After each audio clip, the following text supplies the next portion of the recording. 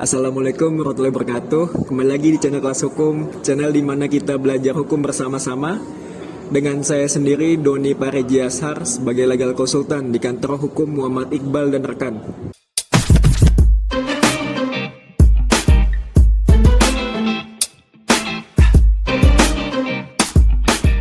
Penangkapan pengacara Yosep Barera oleh Komisi Pemberantasan Korupsi karena terkait kasus suap Hakim Mahkamah Agung mengundang keprihatinan kalangan pengacara atau advokat di Kota Semarang, Jawa Tengah.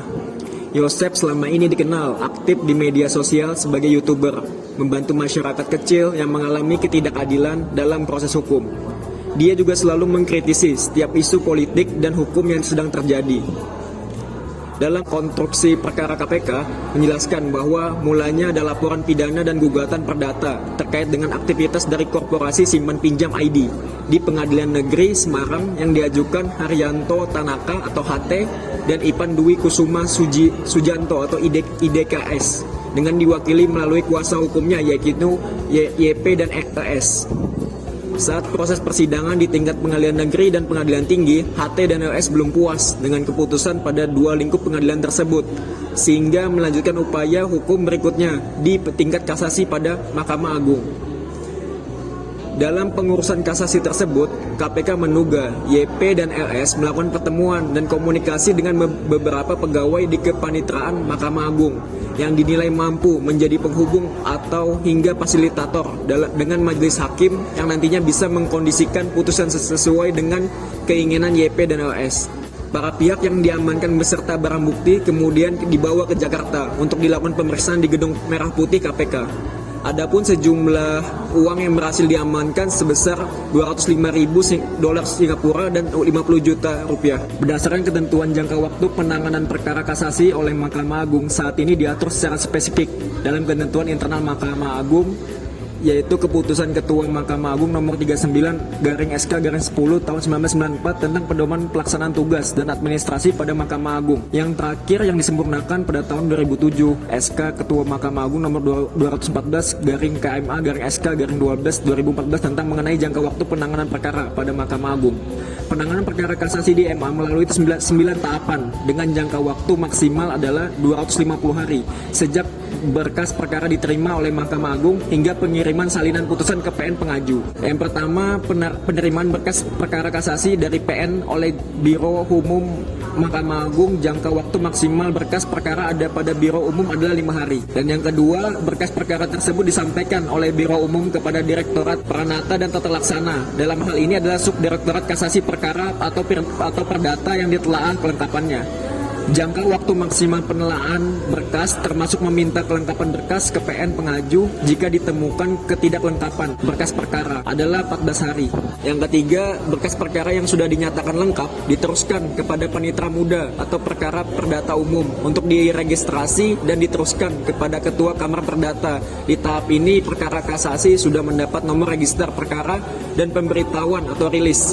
Nomor register tersebut disampaikan ke PN pengaju dan juga diinput dalam situs info perkara kepanitraan MARI atau http kepanitraan.mahkamah-agung.co.id/perkara/splash agar perkara pihak bisa mengetahui register perkara dan memantau secara online status penyelesaian perkara mereka.